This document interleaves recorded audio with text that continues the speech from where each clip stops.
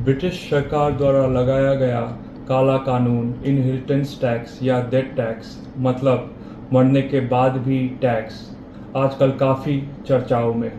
कांग्रेस सरकार चाहती है कि अगर वो सत्ता में आएगी तो वो ये फिर से ये काला कानून लोगों पे लगाएगी।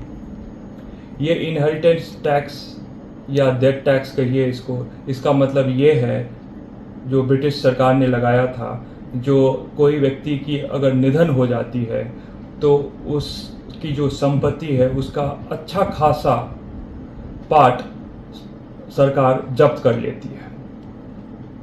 यह ब्रिटिश सरकार ने लगाया था। उनका एक ही मकसद था कि भारतीय जनता का शोषण करना, उनकी संपत्ति को हड़पना और भारत की जनता को गरीब रखना।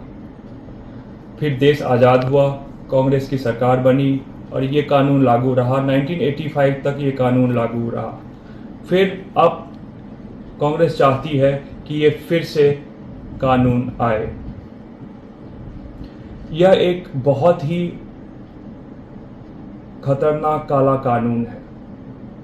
अगर ये लागू हो जाता है तो आम जनता सड़कों पे आ जाएगी। इसके भुक्तभोगी हमारा परिवार भी रहा है।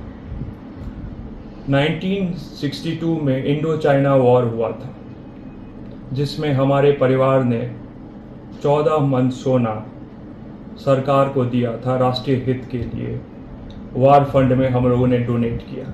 उसी साल 1962 में ही हमारे दादाजी महाराज धीराज सर कामेश्वर सिंह जी की निधन हो गई। तो सरकार ने इस टैक्स के आड़ में, डेथ टैक्स या इनहेरिटेंस टैक्स बोले हैं, के आड़ में राज दरभंगा की पूरी संपत्ति को नीलाम कर लिया और पूरा खजाना को लूट लिया गया। इस टैक्स के तहत हमें रास्ते पे ले आया गया।